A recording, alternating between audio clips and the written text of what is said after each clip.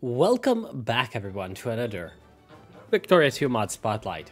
I'm fucking addicted to this game these days, and yeah, we're going in again for another one of these alternate history mods. Now you might be saying, bro, it's Divergences of Darkness. You've already done a mod spotlight on Divergences of Darkness quite a while ago, and the joke is, you've clicked on the title of the video, so you know it's the Divergences of Darkness FAN FORK REWORK.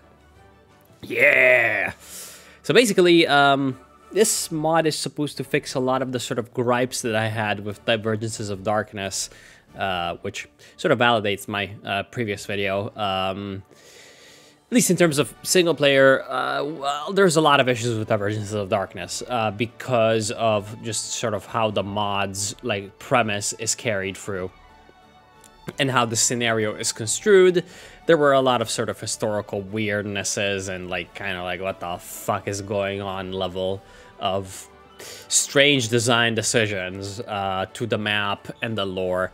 And this mod is supposed to expand your brain, no, not your brain, the lore of the mod, and sort of do an HFM, sort of do what HFM and later GFM and earlier on HPM did to sort of the vanilla scenario, do it to Divergences of Darkness, sort of add a whole bunch of events and decisions to, you know, flesh out the single player experience, make sure that there's always new stuff happening, and yeah, basically trying to also convey to the player exactly what it is that the countries they're sort of commanding are doing and why. Now, of course, when it comes to HFM or GFM, we're talking real history.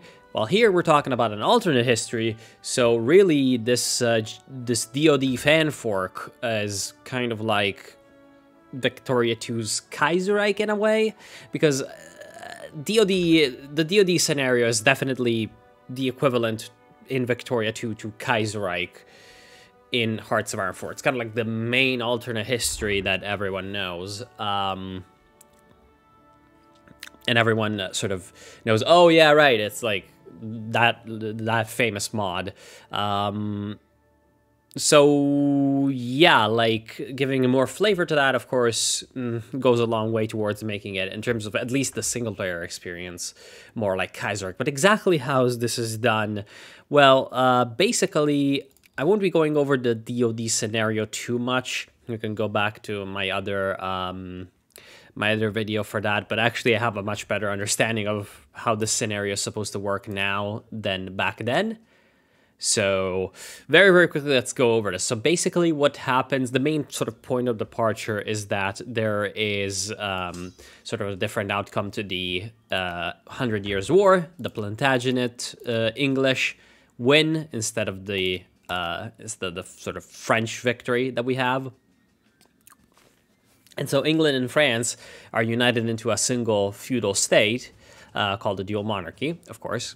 That's a union of the French and English crowns, which means that there is never a sort of Great Britain and never everything that sort of, you know, Great Britain entailed, while also you have a different outcome of the Iberian sort of unifications. Instead of basically Portugal being independent and Spain being the union of sort of Castile, sort of Greater Castile, and Aragon, you have that Aragon is independent and Spain and Portugal unite. So that, of course, massively influences sort of the course of European colonization, and also the sort of destiny of the Spanish Empire in sort of the greater Habsburg Empire later, because of course the Habsburgs would come to rule Spain in sort of Central Europe and the Mediterranean, which means that there is no Austro-Hungarian Empire, and Bohemia is sort of the great power in the Holy Roman Empire. The Holy Roman Empire never collapses because there's never a Napoleon, because there's never France. Although I believe Napoleon is supposed to be in the mod. He's supposed to be an Aragonese, I think. because at one point Corsica is under Aragon, I think, something like that. But whatever. Point is, Napoleon's not that important, and sort of the revolutions of the late 18th century are less of a dramatic affair. Kind of results in a few countries adopting a sort of constitutional monarchy style of government, but no sort of great republican revolutionary wave sweeps throughout Europe, and therefore you have that certain nation states, well, no real nation states have emerged, and no real modern state is sort of consolidating itself. Although there is a sort of, like, the main great power is still the dual monarchy. It's not nearly as sort of hegemonic as in our timeline, the British Empire. And you also have the sort of more modern one, the like sort of most modern state being the Scandinavian Union, which for whatever reason survives. And as sort of the Scandinavians have, again, along with the dual monarchy, sort of taking the place of the British in sort of being the great colonizing power. Well, also there is the survival of Burgundy, because again, no French national state, so the Burgundian sort of union of the Low Countries and what today is Eastern France, so Champagne and Bourgogne regions, has sort of never been broken. So the Burgundian state is still alive, and they also have some colonial ventures. Now, my problem with this scenario was that sort of the development of the national state is something that is kind of like, I guess, inevitable in history. So like having all these feudal countries doesn't really make a lot of sense in a sort of a 19th century scenario or whatever. But a lot of DoD fan fork is supposed to be about basically how these constructs, including, like, for example, this mega Grand Colombia, are supposed to be surviving in this epoch of nationalism. Yeah, basically adding more to that. Now, I'm not exactly sure as to how the dual monarchy is sort of handled out. In case you don't know, the dual monarchy, even in the standard DoD, has a sort of... it's kind of supposed to be a potentially incredibly powerful country, because of course they've got a lot of France and a lot of England, well, all of England plus Ireland, so they're really, really potentially powerful. They've got a ton of people, and these are all industrializing/industrial regions, even at the start of the game. Compared to Heirs of Aquitania, this is like a massive difference. In Heirs to Aquitania, you would never see a country start off with 200 industry. I think the most was like 40 or 50. But in here, we've got two giants, Bohemia and the dual monarchy, and also very powerful industry in Burgundy, because, of course, these are all great, historically great industrial areas, and also a potentially powerful industry in Venice, although it doesn't start strong, but Venice could potentially unite northern Italy and have a massive industry. So yeah, you really don't have any problems with industrial goods in this scenario. The Industrial Revolution has happened normally. Again, because the dual monarchy is not really something that like completely breaks the lore in terms of like the immersion and like how I can believe that this country survives. But it's supposed to be sort of a lot more difficult in the lore, or a lot more sort of unviable in the lore than it actually is represented in game. So the way it works is that the dual monarchy has this mix between the French and English ethnicity called the Anglois, which are supposed to be sort of the people around the Pas de Calais, or the Channel. And you can see in the culture map mode over here that the Anglois are sort of the people in Paris and London in this region, while everyone else are French and English. At the start, the dual monarchy does not accept French and English people, but it can grow to accept either French or either English or French. I clicked the wrong thing. Or if you take a supposedly very difficult path, which actually in the normal DoD is pretty easy. as far as I know. Not sure if this is different in DoD FAN FORK because I haven't played the dual monarchy in DoD FAN FORK. There's a path where you can accept both English and French and become a superpower, basically, because you can become literally a federation of both England and France. Now you start off the game with because this particular version that I'm using right now, the DoD FAN FORK, compared to the other one, is based on HFM or HPM originally.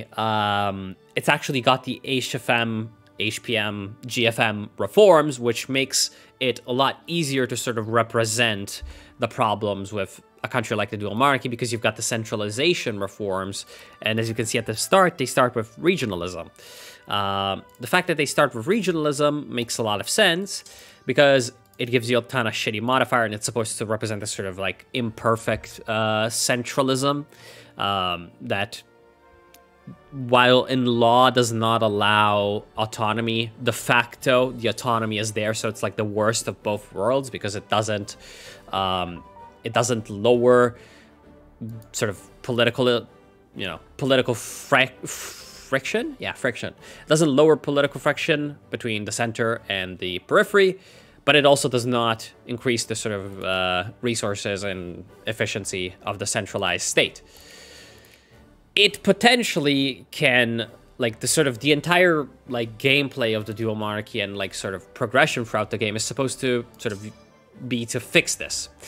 Same thing with Burgundy. Like, my issue was that, like, in theory, in the area of nationalism, there shouldn't really be any reason why this and this can get along. Like, the Netherlands and the sort of Eastern France. Well, what in our timeline is Eastern France. Plus also the Duchy of the Rhine, because one thing that I was missing, actually, in my previous overview of Divergences of Darkness is that actually Burgundy has a lot of interest in the sort of Rhine region. It's contending with the Holy Roman Emperor Bohemia for sort of influence and overlordship over the Rhine region. And in fact, in most games, it ends up annexing a fair amount of these Rhine minors. You know, your Bergs, your Munsters, your Nassaus, your East Frisias, and even this puppet Duchy of the Rhine. How the fuck are all these, like, national elements coexisting in the age of nationalism? Like, just a constitution does not, you know...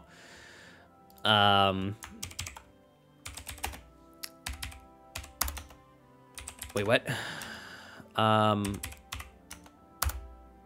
Wait, hold on. Let me check out what the Burgundy tag is.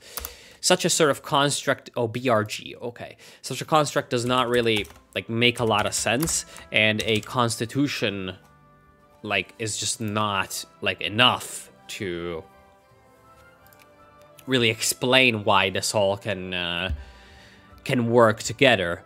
Well, basically, you'll see later down the line, the developers in DoD FAN FORK added a Burgundian civil war that, well, at least when the AI was playing it, when I was playing Russia. We'll get to Russia in a little bit. The AI was not able to hold Burgundy together, and it just collapsed, which is, makes sense. Like, I really don't see how without, like, the player, this shit can work, you know? So anyway, let's actually just straight up go through the main changes to the great powers, or sort of the main themes of the great powers, the main storylines. Well, the Scandinavians actually aren't particularly interesting because they're pretty much the same as in regular DoD. Basically, they're all about trying to hold on to the North German and sort of North Russian possessions of Scandinavia, and then later trying to sort of unite the whole Baltic region under the Scandinavian Empire. Scandinavia has a lot of advantages in DoD because they start off with, like, some really good industry. They've got Scotland as well, which is a great industrial region, and they've got a very, very strong tech game because of their literacy. I believe, yeah, it's 77%, which is ridiculous for just how many pops they have. They are the biggest nation that has a high literacy, really. Well, also Burgundy has a high literacy, but they've got their own issues. So yeah, they're potentially very, very strong, but they have sort of their fingers in a lot of pies. They're waving their dick around at the start kind of a bit too much, and there's basically scripted events that fuck with their shit in Russia and in Poland, and potentially Bohemia if they form the Albion Confederation, which is one of the sort of German countries, or German confederations. They can come up and fuck up with their shit in Pomerania. So basically they're about holding on to this position and then consolidating. So they're kind of boring, and to be honest, they were also kind of one of the tags that made the most sense in terms of the lore and how they worked in original DoD. So yeah, basically they're the same. Now Burgundy we already talked about. They blow up unless you're really good, and if you can survive, you become very, very strong, and you can sort of unite the sort of Central Europe region and create a sort of Franco-Dutch, German weird thing. Before we go on further, in case you don't know, the way the Germans work in DoD is because there was never sort of an Austrian Empire, and there was never also Napoleon. You don't really have like the German nationalism that rises up around the concept of German unity. What you have instead is that you have several different regional varieties of German that are represented by the rivers. So you've got the Rhenish in the west, the Danubians in the south, and the Albians in the north.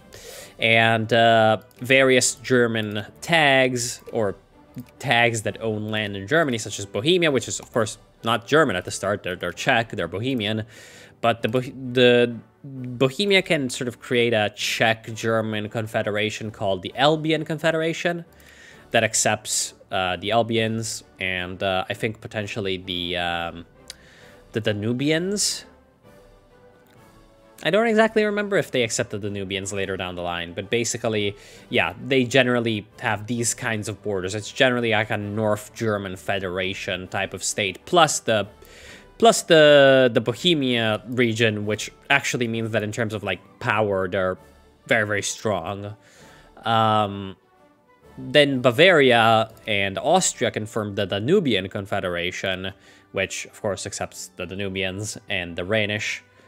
Plus, the Rhenish are in a kind of weird spot where they're basically being sandwiched in by Burgundy, so they don't really have their own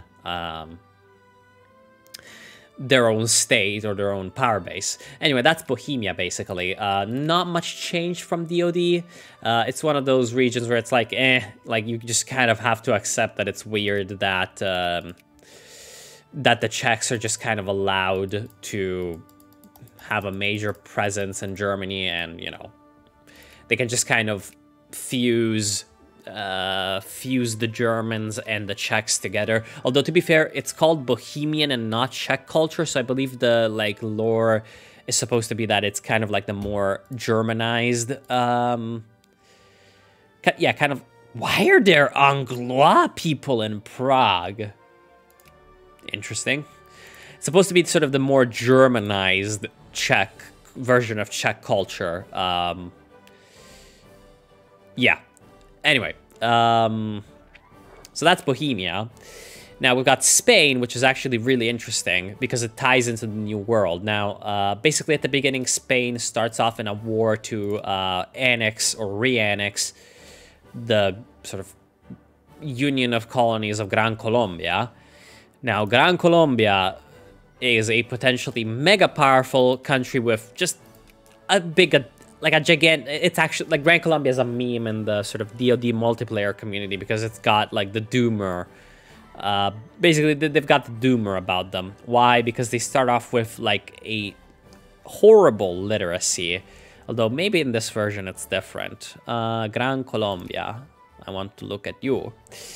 Gran Colombia is just kind of a, yeah, 10% literacy. They've got a massive amount of people. They don't accept any of them at the start, except the Mexicans, of course, which, yeah, are a sort of tiny minority. In original DoD, this like gigantic fucking colony only exploded very, very rarely, which is like, like a decent player that knew like how there was like a single event chain that determined whether it exploded or not, and a decent player would always manage to not explode it if you knew how the event chain worked. Now, I'm fairly certain there's no way to prevent the explosion of Gran Colombia in this DoD fan fork, but it's been massively reworked, and you'll see actually when I check out a few of the saves that I made, sort of show you some early game progression, you'll see that there's a ton of tags basically that spawn out of Gran Colombia. So the Doomer country is even more Doomer. I'm sure that like eventually you can reunite it if you're like a decent player.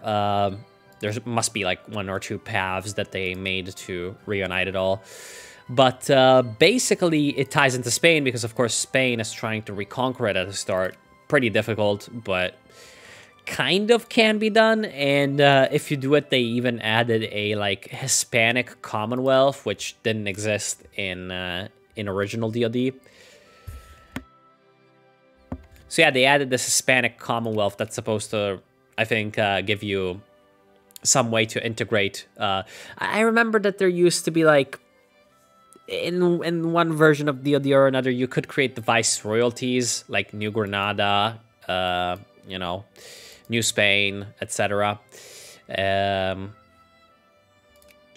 But there used to be basically no way to reintegrate Gran Colombia into Spain. So even if you took it over, it was useless because it's a bunch of like colonies without, yeah, it's like it's a massive empire and like a decent amount of people. But like compare that to India, where just Bengal has more pops than the entirety of Gran Colombia, and you can start to see the problem. Like even if you're Spain and you reconquer all of this, congratulations, you just gained a bunch of like low literacy pops spread over a massive region that doesn't really help you all that much. Supposedly Spain now has a way to integrate them, and that is the as I said, the Hispanic Commonwealth down here with the Congress of Havana. You've got like a million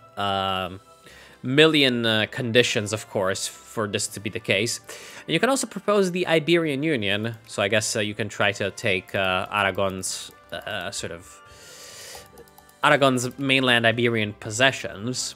Yeah, so that's Spain. Next up is actually Aragon, funnily enough, and conveniently enough. Now, Aragon is kind of a weird country in Divergences because it's a Mediterranean country, and it can form a sort of union of Aragon and Italy. So it's kind of in this awkward position where potentially its most powerful expansion is actually not in Aragon, but in Italy.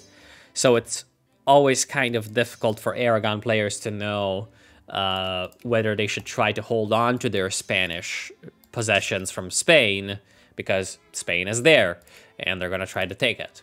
So basically, what they're able to do is they're able to proclaim the Latin Empire. Now, in original DoD, it's called Aragon, Italy, but I'm pretty sure this is the same thing. Basically, a union of the Italian people and the Catalans. Now, here it doesn't show that North Italians are integrated into this, but I'm pretty sure there is a way to get them as an accepted culture later down the line. So yeah, both South Italians and North Italians, and I think also Venetians. Perhaps not Venetians, actually. Not sure.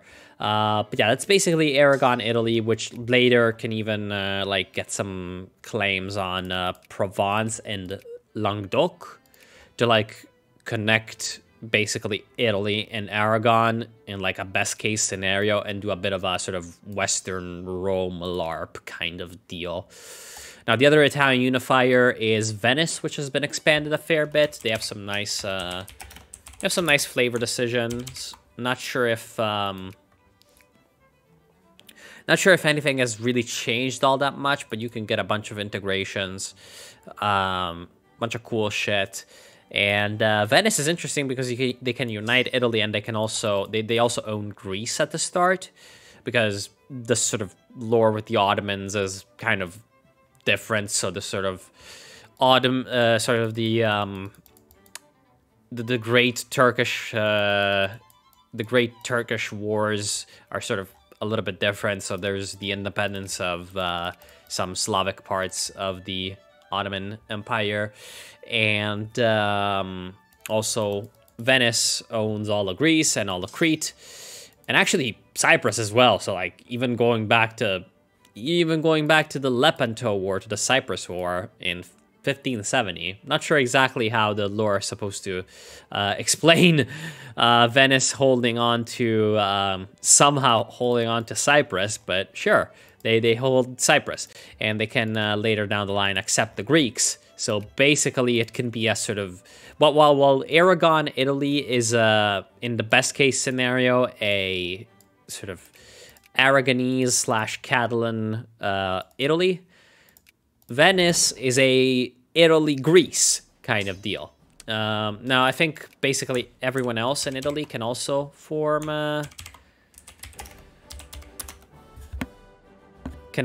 Italy. I'm fairly certain. Yeah, Avanti Italia. So yeah, you accept North and South Italian, and you become a unitary state, which actually you don't become when you form it with Aragon. Aragon forms Italy and they become a federation, which is quite a bit shittier, actually. Like, you don't get the administrative efficiency. Like, although I suppose minus 0.05 militancy and non-colonial is kind of okay. Let me actually fix my microphone, because I'm sure... no, okay. Microphone was doing fine. Yeah. Anyway, so let's actually wrap up the map really quickly with a couple other considerations. Now, China's completely different. Russia's completely different. They're like the most reworked, and also Poland. They're like the most reworked countries. I'm pretty sure the Ottomans are pretty much the same. They start off in a really shitty civil war, and I believe at war with Macedonia. You can pretty easily destroy them. But basically, the Ottomans are supposed to be in a really difficult spot at the beginning, and they can either take a sort of consolidate the Balkans expansion route. DoD is really big into this concept of expansion routes, where like a country's supposed to choose where to go. The Ottomans has this, the Russians have this, and it's sort of built into Arcadia, which is the sort of United States. It's sort of built into the free tags. Basically, Finland is like a North Arcadia. Belgian Confederacy is kind of a Eastern / Southern Arcadia, and Plantagenets is a Southwestern one. It's, yeah, whatever. Whatever. Anyway, basically, the thing is, the Ottomans are either supposed to go west or, like, trying to reclaim some shit in the Middle East. So yeah, whatever. That's the Ottomans. They can be very strong, not so interesting, to be honest. Or they can fall to rebels at the beginning and like have a massive civil war, and then end up like there's a path that ends up in the Turkish Republic, which is, I guess, sort of interesting, but it's of course less powerful. Anyway, that's the Ottomans. Basically, the most reworked parts are Russia, the Commonwealth, and Gran Colombia, and also the sort of South Americans. Actually, one thing that I forgot to mention with Spain is that they have this Golden Board of Atlantia thing, which is not a thing in standard DoD. Normally, it's divided between Lotharingia and Amazonie. Amazonie, or whatever, is like a colony of the dual monarchy, while Lotharingia is a colony of Burgundy. While there's also Bjornia, which is like English LARPers, like English exiles that want to LARP as like an English state or whatever the fuck, and they can form the Britannian Empire or whatever the fuck. But pretty much I think Bjornia is not much different, while Lotharingia and Amazonie and the Golden Board of Atlantia have this like a massive expansion of like shit that happens. Because normally what happens is one of these wins and forms the American Confederacy, which is the sort of Brazil of DoD. While in here, you'll see there's like a ton of tags, there's a ton of events. Basically, there's a massive storyline that happens down here. Same with Gran Colombia. Pretty similar sort of concept with Arcadia, which is this region, the sort of eastern US and Canada, the European colonies. They can, of course, unite into one superstate, and they become massive. Now, basically, very quickly, the Finland is the like former Scandinavian colony.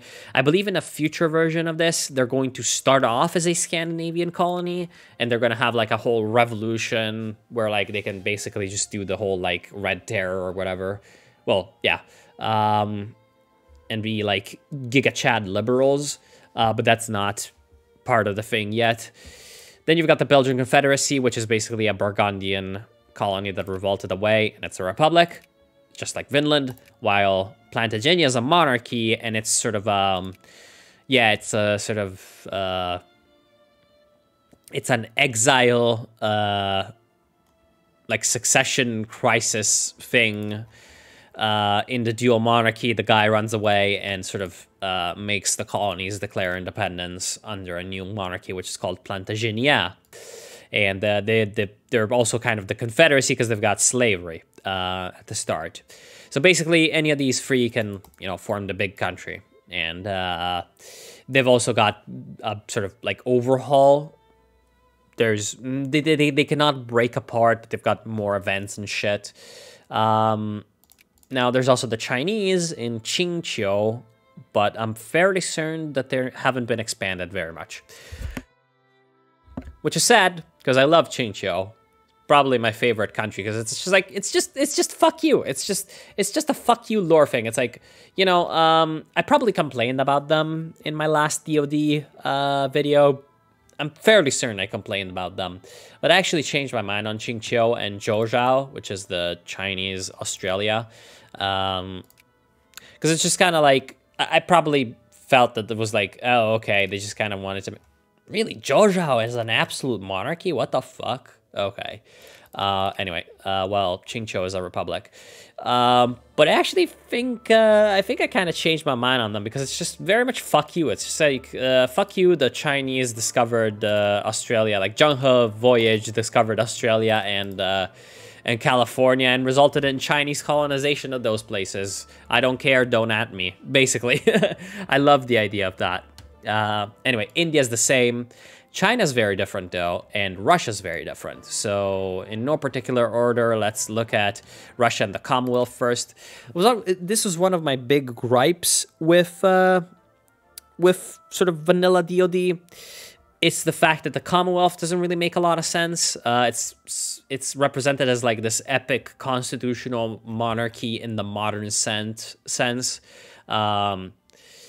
That can, like, somehow, without major issue, sort of reconcile the stupidity of the, historical Commonwealth system and maintain sort of territorial cohesion when, in real life, of course, it was not able to. And sort of the way the Russian, like, Muscovy not... like taking over everything was represented didn't really make a lot of sense. In this one, it does, in this rework, because the Commonwealth itself, sorry, it's the PLC, the Polish-Lithuanian Commonwealth, First of all, the map looks a lot different. In like the standard DoD, you have that basically you have some very neat borders between a Lithuanian, like small Lithuanian sub-state. They're called sub-states. Small Lithuanian sub-state that just had the Lithuanian parts. A small Prussian... Oh, there's even a free city of Danzig. A small Prussian sub-state that just had the Prussian parts. Of course, the Prussians are still here in kind of their normal... shape, because it's Prussia. Then a neat sort of Belarusian... Wait, no, sorry, not Belarusian, I'm dumb. A neat, Ukrainian sub-state with all the Ukrainian parts, which is, doesn't fucking make any sense because Ukraine wasn't a thing. Basically, now this is a lot more realistic in that the Ukrainians are Cossacks. So and of course, it's instead of a single hetmanate, which was the sub-state of standard DoD, you have several different sort of Cossack confederations and hosts, and which of course don't really like each other. And at the first sort of at the first bit of instability, they sort of break away from the Commonwealth, which makes a hell of a lot more sense because that's how the Cossacks are. They're insane, murdering, maniac, psychopaths. And these, again, they're not Ukrainian or Malorosian, Malorussian, small Russians. They're Cossack states. Some of them... Oh, actually, the Nubian Confederation is Ukrainians. Oh, they've got the Kiev flag, so it makes sense. They're Cossacks. So, yeah, they're kind of like a weird thing. Now, I'm not going to get into the fucking Cossacks right now, because fuck you. But there's even a independent Cossack, the Donetskian host. Very interesting. And also the Khtuba host of Cossacks. While the Zaporozhian host and the Sloboda Ukraina host, of course. The Sloboda Ukraina host, and there's a really greatly named state, by the way, here. The Slobodanshina. Sorry, Slobozhanshina. Which is like the freedom...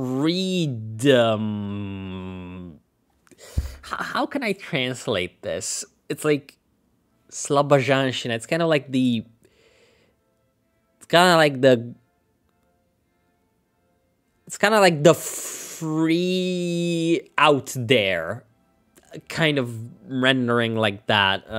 Like when you see a shina in these, like in Ukrainian and Russian, it means like the thing that before, and like sloboda is the freedom, right? So slobozhanshina is kind of like the free space thing. Yeah, fucking hilarious. Anyway, and then there's the Don host, which is under Ryazan, which is a Russian. How long have I been running with this? Oh, 40 minutes. Shit, I need to actually get going because there's a lot more. There's actually a lot more to talk about. Anyway, Russia is like the most interesting. Russia and the Polish-Lithuanian Commonwealth are the most interesting parts of the reworked mod, in my opinion. The Polish-Lithuanian Commonwealth, because it's represented as the Polish-Lithuanian Commonwealth, is not as like a power fantasy of what the PLC is supposed to be. You can, of course, become a sort of super powerful, massive union of sort of intermarium, Central European, sort of Western Slavs and Western Eastern Slavs. But it's not as easy, because you do start off with some massive sort of... Oh, wait, what? What the fuck?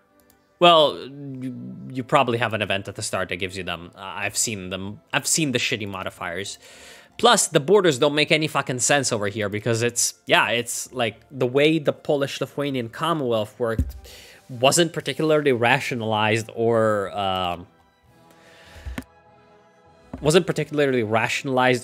modern in terms of how the administration was set up.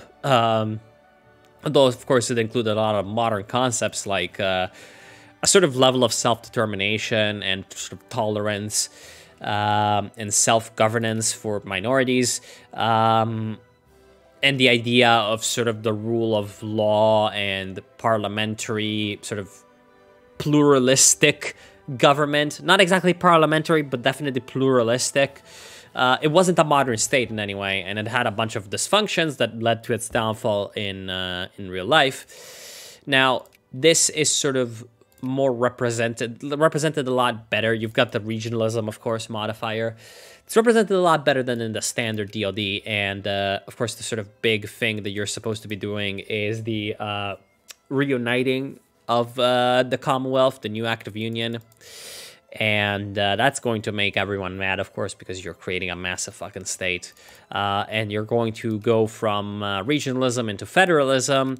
And you also have the sort of Act of Lublin, or the Union of Lublin event, which is supposed to be integrating all the substates, but it's going to cause issues.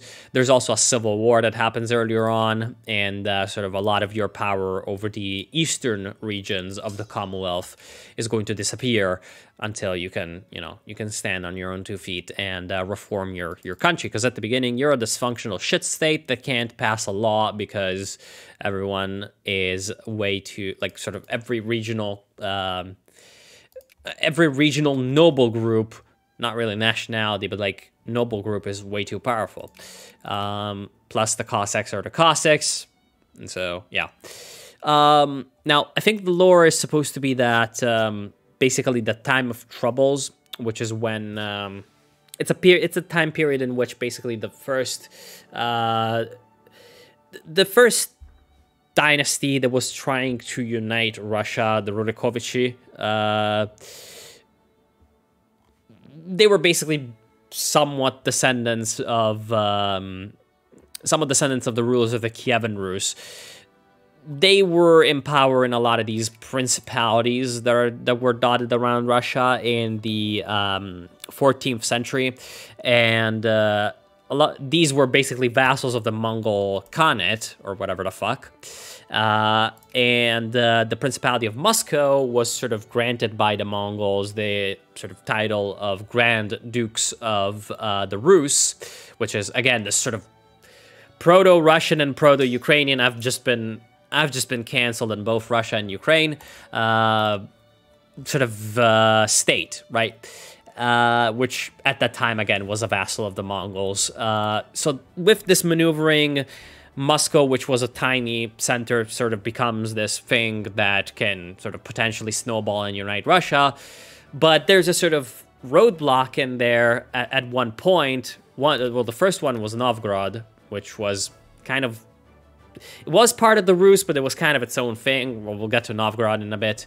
But also you have this...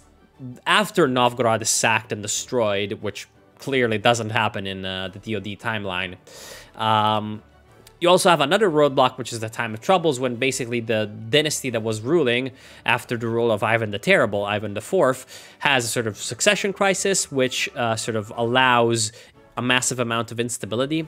And the invasion by the Commonwealth, the Polish, who basically tried to put their own candidate on the Russian throne and sort of destroy the budding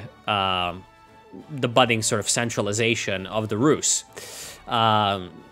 which at this point we can also call Russia, because it's really not the Rus anymore, because the Rus was divided in two, because the Western Rus, Ukraine, was now under Polish rule. So actually, in the sort of centuries-long history of enmity between Poland and Russia, you can kind of say that Poland fired the first shot, and that really is the incorporation of Ukraine into the Commonwealth, the sort of Eastern colonization even that Poland did, and definitely the Time of Troubles.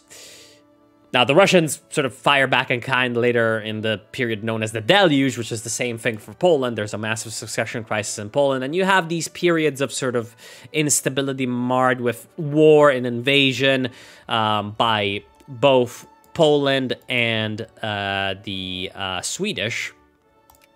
That's called the Time of Troubles. That's basically basically ends in the early 17th century, and that leads to the end of this period leads to the rise of the Romanovs, which is the second Russian dynasty. And basically, the Romanovs never rise up in this timeline. And what you have is that you have Moscow is still kind of the, in a way, biggest sort of Russian principality, but I think the lore is supposed to be that the time of troubles resulted in, because they start off allied to the Commonwealth, and it's stated in the events that the Lyubnikov or something dynasty, I'm not sure exactly what the fuck they're supposed to be called, I don't remember the name, the dynasty that's currently in charge are sort of tied to Poland. So basically what this tells me is that one of the 17 different fucking pretenders that the Polish tried to install on the Russian throne succeeded, and instead of getting, you know, instead of getting burned and I don't remember, was the guy burned alive? Well, basically one of the people that Poland tried to install on the Russian throne got either burned alive or, you know, cremated after death. The ashes were put in a cannon and by Pajarski and Minin, who are two Russian national heroes or whatever, one merchant and one prince that liberated Moscow from the Polish occupation. They loaded the guy up onto, you know, the ashes of the guy up into a cannon, pointed it at Poland, and fired. And that's still commemorated in Russia today. There's a funny monument to them in Red Square or whatever. Basically, all of this sort of succeeds on the Polish part in this timeline. And what you have is that instead of just a big Muscovy that for whatever fucking reason never united all of this, you just have a bunch of Russian, like, tiny principalities that are sort of stuck in time, much like Italy in our timeline. They're kind of like divided between more powerful, more united foreign invaders, in that the North Russia region is, of course, under the influence of the Scandinavians, while the Western Russia region is more under the influence of the Polish. Although, of course, the Polish are not a great power, so they don't have, you know, sphere of influence mechanic. And this resulted in this sort of hordes never, like the nomadic hordes having more space farther on into history. Now, basically the whole storyline for the Russians is you either play as Novgorod, which is a merchant republic. It's kind of a weird thing. We don't have time to get into Novgorod. We'll be subject, I'm sure I'll get to talk about Novgorod at some point. But basically it was kind of a primitive merchant republic in a way. It was in theory a principality, just the prince was elected by basically councils of quote-unquote nobles that actually had like business interests throughout the Baltic, so they were kind of like, it was kind of an aristocracy by law, but de facto it was a bourgeoisie, and these families of patricians basically elected the prince. So it had the sort of all the trappings of a monarchy, but it was actually more akin to something like Venice than a feudal monarchy. And in this timeline, this survives, and it's got its own issues. It was gigantic, actually, in real life. Like, it owned, like, in theory, it owned, like, a bunch of stuff.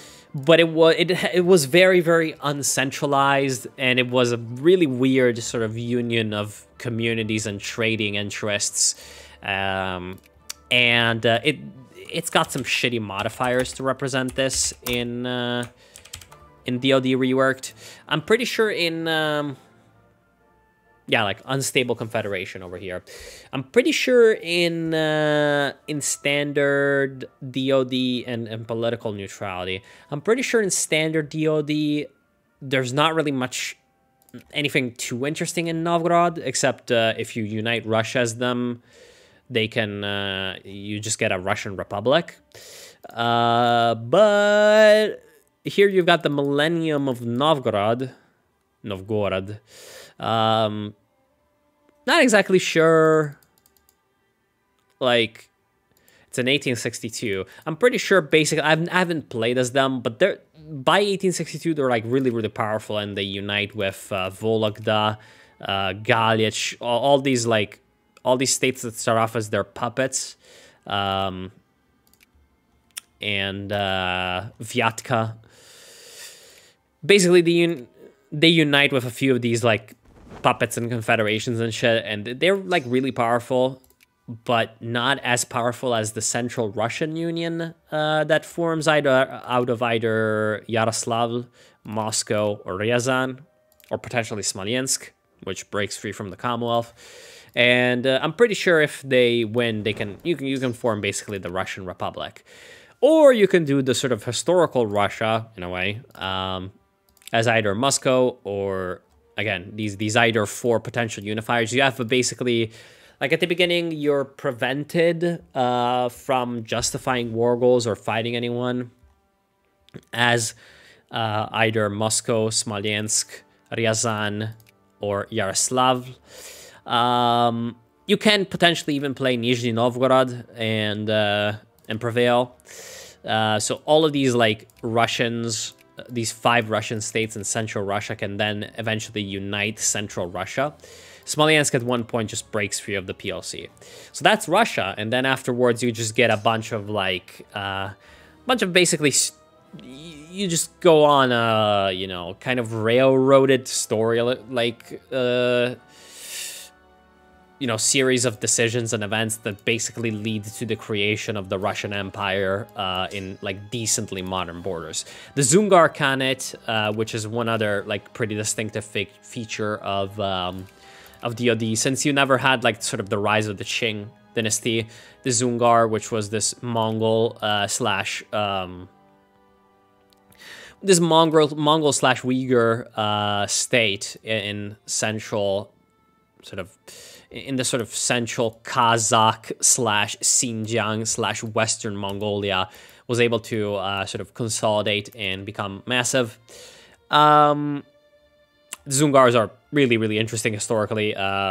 Subscribe to Wood Big Brain channel for some info on them eventually. Eventually, I'll get off my ass and make some more videos on that. And the Dzungar Khanate will definitely feature prominently. Now, this, of course, it's, like, much bigger than it was historically. And it, like, falls apart pretty quickly. But you can play as the Dzungar Khanate and sort of try to maintain the unity of the steppe under you, or whatever the fuck. Don't really got time to look into this anyway. So then we get to China, and China's been changed pretty substantially from DoD vanilla. In DoD vanilla, you have that China's basically divided into really 3 parts. You've got the Qing in Manchuria and North China. You've got the Taiping in South China, and in East China you have the Tongning, which was basically this this Ming Dynasty successor state. Now, China's been divided in this into several competing dynasties for the sort of imperial throne that are still unable to resolve the differences and are going to kill each other. Now, this does not include, of course, the Manchurian Empire, which is the Aisin-Gyoro state that it looks like never formed the Qing dynasty. Although it is interesting that they never formed the Qing, but they're called the Manchurian Empire and not the Jin dynasty, which would be, I think, more accurate. In theory, it would be more accurate for them to be called the Jin, because that's how they called themselves when they didn't own, like, North China.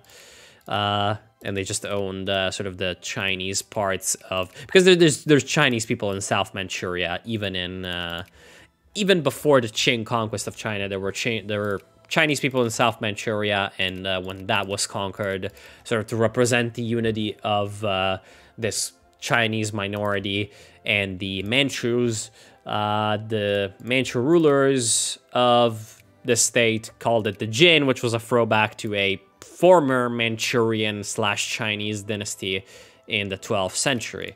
Doesn't look like this is the case right now. So should probably go. If any of the developers of this are watching, call this the Jin and not the Manchurian Empire.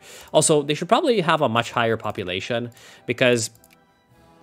Sorry if I'm rambling about fucking shit that nobody cares about, but the reason why Manchuria had like such a tiny population in real life was not that there were... I guess this population kind of makes sense for just Manchus. Where the fuck does this... Is this like all just Chichihar, which for some reason is 700k? I don't know. I think the population here should be slightly higher, especially in South Manchuria, because the reason why this territory is so unpopulated in Standard Victoria 2 is not that this region was always sort of depopulated. It's because basically after the formation of the Qing in this sort of early 17th century, mid-17th century, the Manchus sort of all moved into North China, especially North China, but China as a whole, to become a sort of like parallel apartheid ruling class kind of thing. And they mostly abandoned Manchuria to the Manchus that they considered to be like tribal savages, because of course the Manchus are not like a united thing. They're like the Jurchen tribes. There's a bunch of different tribes of them. And this resulted in the depopulation of Manchuria, which had a population of like 5 to 6 million, maybe perhaps even more. Which, to be fair, with 2.6 million pops, you're representing that nicely enough. But there certainly would have been more Chinese migration to South Manchuria, so there definitely should be a lot more Chinese pops, and potentially even Korean pops, because the migration to this region was happening before the sort of rise of the Qing Empire. But when the Qing came to power in China, they sort of outlawed Chinese migration to South Manchuria and built the so-called Willow Palisade, which was supposed to be this border between the Manchurian part of the empire and the Chinese part of the empire. And of course, there was also a Mongol part of the empire that was supposed to be its own thing as well. And sort of try to separate these three parts of the empire and prevent movement and sort of interaction between them, except for sort of imperial business. All this to say that there should probably be more pops in the Manchurian Empire. Fuck, I'm sorry. I can't stop talking about this shit. Whatever. Anyway, if we take a look at sort of the China area, do we have any like claim the mandate of heaven? I guess this means that you just get everything accepted. Embrace some ideas. Okay. The idea of independence. Yeah, minus 25% research points. Kind of sounds like shit. Oh my god, plus 5% RGO out. Yeah, just always pick loyalty, I guess, of those two. Doesn't look like there's any like particular flavor for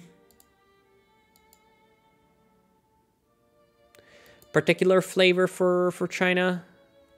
Though you do get Han and Nanfangzhen. You start off with Han. Oh, okay. So Han in this is basically Beifangzhen. What a weird grouping of cultures. So apparently Nanfangzhen is Central Chinese, basically. You've got Sichuanese, Hubei, Hunan, and fucking Anhui. Then Han is North Fujian and Zhejiang. Yeah, there's North fucking Fujian as well because of Wenzhou. Wenzhou's in Fujian, it's not in Zhejiang. And then Zhejiang, Jiangsu, and then North China Plain. And also sort of Western China. Fucking Ningxia, fucking Shanxi, and shit. Then you've got whatever, Hakka, this makes sense. And then you've got Yue, Cantonese. Okay. And then even Min. Okay, Min makes sense. Min, Hakka, and Yue make sense.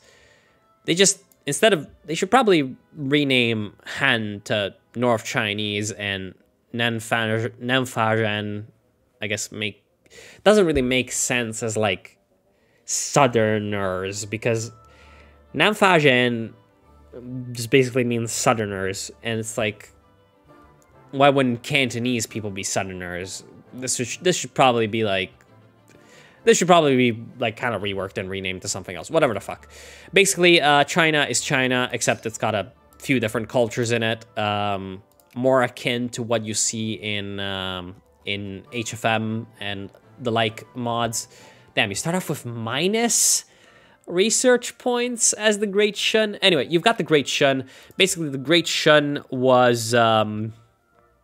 This already tells me that basically the rebellion of Li, whatever his name was, don't remember the exact fucking name, but basically when the Qing, the Manchus, were conquering China, the Ming dynasty was falling apart, and the main sort of contender for the Mandate of Heaven at the time was Li Zicheng, I believe was his name, which was this peasant rebellion in Western China called the Shun, or, well, that had just taken Beijing and proclaimed itself to be sort of the Great Shun.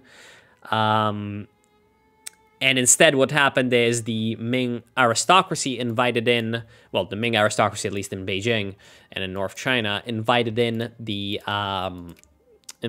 Manchus to come in and sort of restore order or whatever. And so instead of the peasant uprising becoming a new dynasty, you had that the barbarian invaders became the new dynasty. Looks like the exact opposite happened, and the Shun managed to win against the Qing and sort of kick them back to Manchuria, but they were not able to sort of take the rest of China. So you have a sort of 200-year period of divided China. And so you still got the Great Shun that holds... sorry, I had to cough. That holds most of North China. They're shit. They need to do reforms, but they've got like no fucking reforms. Jesus Christ, man. Playing as the Shun is probably really fucking frustrating. Anyway, so you've got the Shun. The Tibetans fucking managed to take Qinghai. The Dzungars are still the Mongols and, you know, whatever the fuck. But the other Chinese sort of states, you've got the Tongning. So again, the Ming successor state, which is kind of a like maritime. Damn. Oh wait, no, he's a constitutional monarchy. Yeah, because they were like a maritime kind of dynasty of merchants. Actually, I wonder what the... I need to check out what the TNG, what the tag is. They were this maritime empire, maritime sort of dynasty of, yeah, merchants that was able to have, like, sort of acquire basically a license to be kind of governor slash pirates slash like tariff collectors in Fujian region, which later, when the dynasty collapsed, basically took political power and tried to rebuild sort of the the dynasty from the southeast. It's a super interesting subject. There's a video on the Tongning from a YouTuber called Strategy Stuff, called The Strategy of Zhang Changgong, which was the sort of main leader of the Tongning kingdom. It was called, wasn't called the empire. It's pretty, yeah, you should probably call it the kingdom. Anyway, they're a constitutional monarchy, which is really interesting.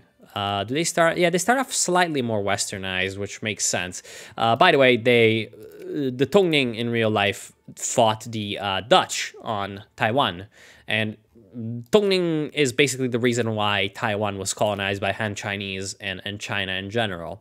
Although there's also a part of a reason in a decision by the Qing dynasty later down the line, after a brief war with Japan in the 1870s. But yeah, basically the whole reason why there's a sort of Taiwan standoff today is because of what happens with the Tongning, which is why this region is very interesting. So they also start off with a navy, which is quite nice. They should probably start off with scientific naval design and like some naval reforms or whatever, because they were, yeah, I don't know. They also built like Dutch style ships at the time. So yeah, ruler personality, isolationism. Yeah, that definitely should not be there because this was a trading. This was kind of a trading state.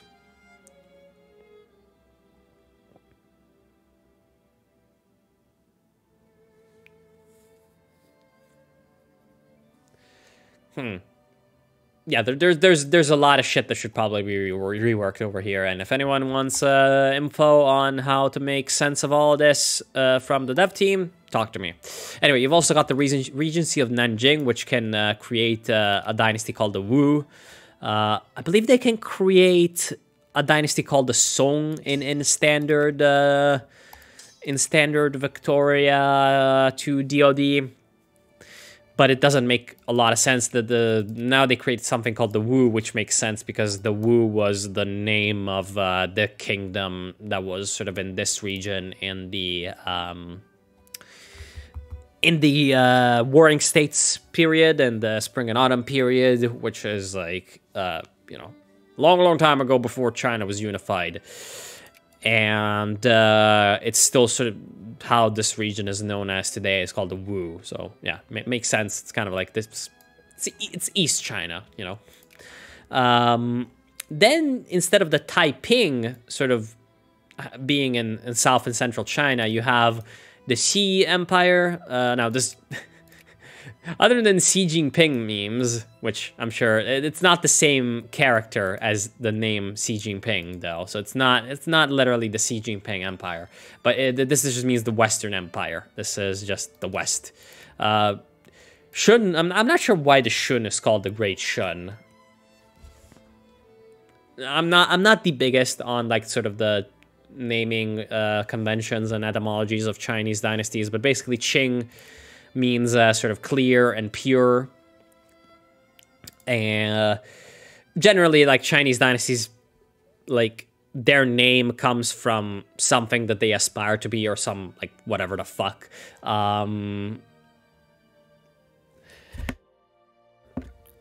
Basically, there's a reason why they're called in one way or another. Ming means like enlightened or brilliant. Qing means pure. Fucking Han later down the line ends up meaning Chinese, and the Qin, the first dynasty of China, basically Qin means is like the name of a country that was pre-Chinese. Not sure why the Shun was called the Great Shun, so just tangent aside. Xi Empire just means the Western Empire, so that's why this is called the Xi. Now the Zhong, I don't remember what Zhong means, and it probably means virtuous. I'm pretty sure this means virtuous. I'm probably getting this wrong because my my Chinese is rusty. But the Zhong is the replacement of the Taiping. So what you have is, I'm not exactly sure like if this, it does make sense in terms of like Chinese. So I don't know the lore of the Xi Empire and I don't care. I do care, however, about the Zhong because the Zhong is the replacement of the Taiping. How the fuck? So I just typed in Zhong in the thing, and I have no idea what their tag is, which is a bit of an issue. Perhaps they're still called the Taiping in the file. Yeah, they're probably still the Taiping. Tag Taiping.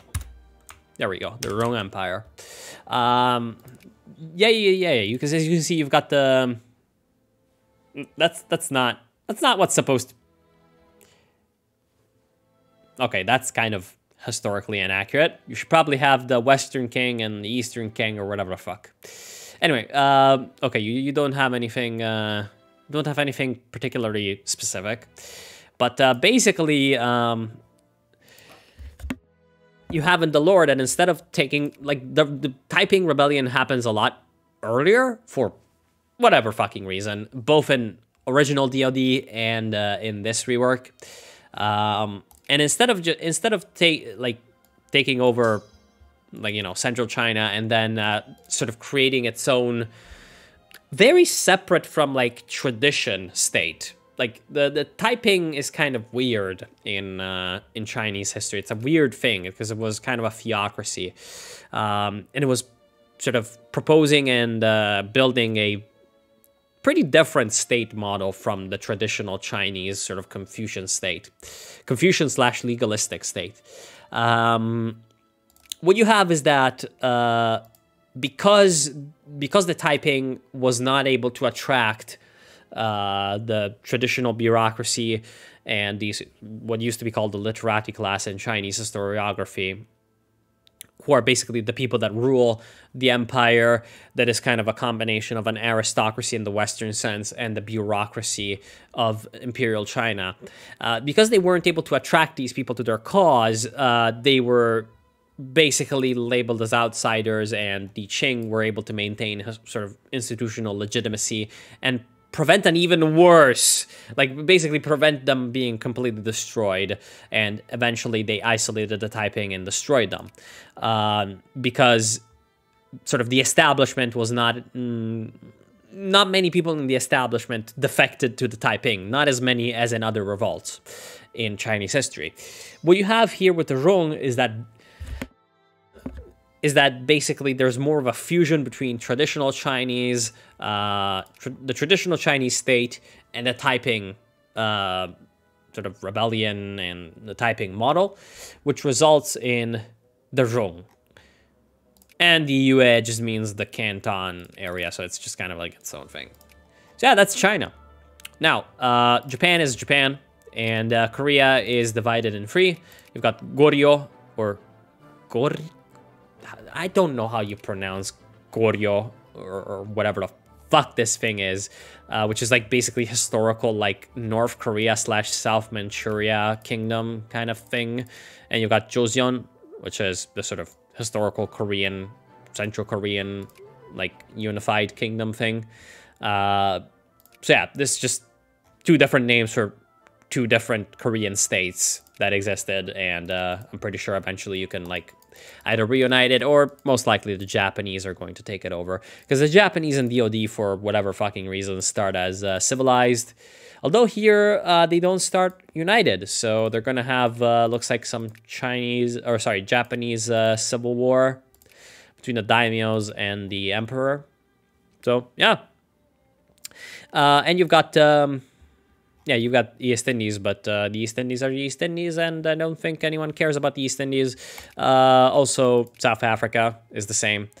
Yeah, that's basically about it for the scenario. As you can see, tons of things stay the same, but tons of things are different. Now, there's also some other things that are different that I actually find super interesting, and that is the fact that... Wait, did they add another... Yeah, they added... yeah, basically the technology... Yo, what the fuck? Technology is kind of different. Like, they changed around values a little bit. You should, you know, before you play, you should probably check out how things are different. For example, now the economic thought... the economic thought texts give you research points, and like... Now there's also an invention that's like common to every single tech in a tech sort of category that's just called like culture or industry. So basically, if you progress at least one of the categories in the super categories, let's call them, you're going to get a buff that is the same in all the categories. You're going to get a buff that is like countrywide. So yeah, I'm sure when you play, you understand what I mean. It's kind of interesting, an interesting way to progress and sort of give bonuses or to a country. But basically, yeah, a few of the texts are different. Pretty sure mostly the army stuff is kind of the same. Motorized, I'm pretty sure that's not supposed to be there.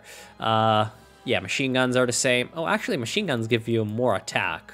Oh, and Damn, looks like infantry is more powerful. Except for like a few, you know, values being reworked. I'm pretty sure this is mostly the same. Oh, this gives them military hospitals. Okay. All right.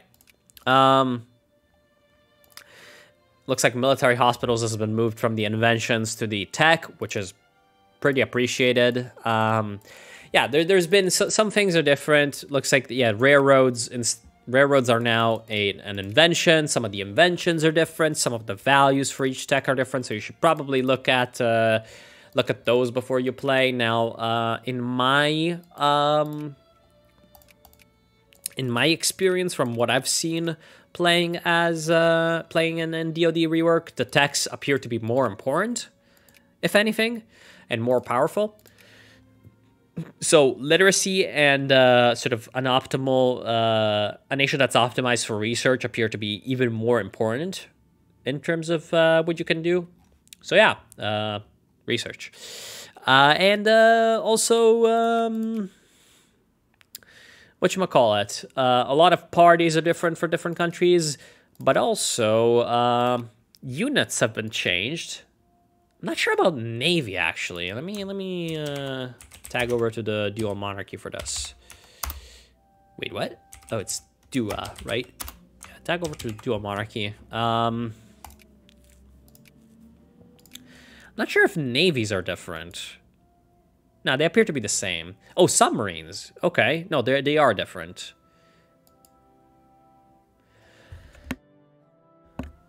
Looks like battleships have been moved around. Instead of being the battleships are the shitty battleships and dreadnoughts being the better one, looks like the battleships are better. Are they? No, dreadnoughts have more. Dreadnoughts have less attack and less hull strength, but more firing rate. I don't fucking know what's going on with battleships and shit.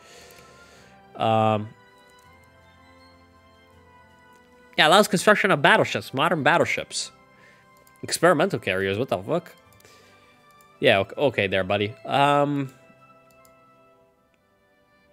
anyway, I'm fairly certain that basically these don't change that much. They might change the naval meta a little bit, slightly. But basically the techs are pretty similar. Wait, does this mean that you get a... Oh, no. Okay, the last one does not improve your naval base level. I was like, does this mean you get another level of naval bases? No, okay. But yeah, looks like the Navy is mostly similar. When it comes to the Army, however, they have sort of changed around how units are working. You still have the weirdness with the late game. You still have the weirdness with the cavalry, where you have dragoons, cuirassiers, standard cavalry, and light cavalry, which are hussars. The difference is that now non-accepted cultures, so in this case, actually, it's really, really good because it's the dual monarchy, so you've got a lot of non-accepted. Non-accepted cultures cannot build infantry and artillery, or rather the standard infantry and artillery that you're used to, which have been renamed regular and artillery. They have also, however, instead of just having irregulars, though, what they did is they added a unit called infantry, which is like regulars except slightly shittier, which are also the ones that get mobilized. So basically, regular infantry is more like a mix between the guards and the infantry of the base Victoria 2, because the mobilized units are mobilized infantry. Actually, I wonder if they remembered to. Regulars. Okay, looks like they remembered to add the bonuses of thing. Yeah, they remember to add the bonuses to both infantry units, guards, and regulars. Yeah. So it looks like you're not gimping yourself by actually using the new units, which is good. Anyway, so basically, they added a nice, interesting middle tier, because a lot of people don't like guards in like the sort of Victoria 2 community, because they like require more supplies and shit. They're kind of difficult to build, kind of difficult to maintain. So yeah, I guess the regulars are kind of a middle ground between guards and the infantry, which is a new unit. When you mobilize, you get infantry. So you basically have two tiers of armies with this, where your non-accepted pops can only build sort of gimped units which are the mobile artillery and the infantry, while your accepted pops build the sort of real stacks. The difference appears to be something like 10%, 10 or 20% more effectiveness for the regulars and the artillery compared to the mobile artillery and the infantry. So basically, this means that countries that are sort of colonial mongers that like get, like colonize India or whatever, are nerfed because they cannot just build the meta stacks of infantry and artillery like they can in standard Victoria 2. They build shittier units, and that means that that means that sort of gameplay is rewarded where you're trying to, less create massive armies out of soldier pops from the colonies, and more, you need to militarize your own hardland more, thus sort of gimping your industry in the process. So anyway, that's the OD FAN FORK. Really interesting. I've talked way too long about it. Yeah, hope you enjoyed. See you soon. Have a good one. Thank you all for watching.